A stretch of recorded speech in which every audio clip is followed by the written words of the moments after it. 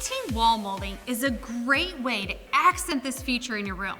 Let me show you how using the tools and the paint to get it done. Step 1, clean and prep your wall.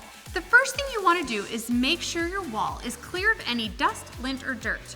Use soap and water to clean the wall and allow it to completely dry. Step 2, it's always best to fill any nail holes that might be visible before painting. Use some wood filler or spackle on your finger to fill in any of the holes.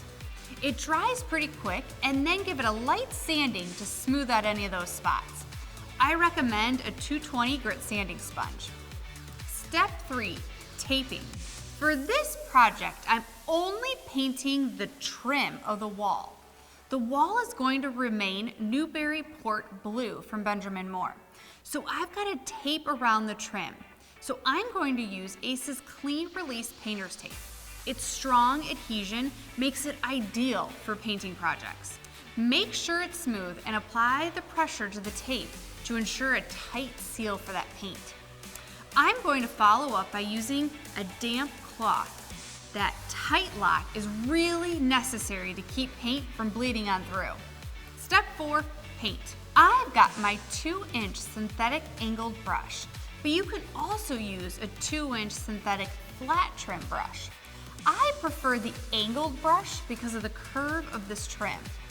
I'm going to use Cabinet Door and Trim paint, and the color is Late Night Serenade. This paint will make it easy to clean and give dimension to the trim. We're going to start painting from the top of the trim and make our way down. That way you can catch any drips that might have occurred. If your trim is made of wood, then you're going to want to go in the direction of the grain. This trim is a solid color, so I'm going to apply a small amount of paint to the tip of the brush and work my way, applying it evenly.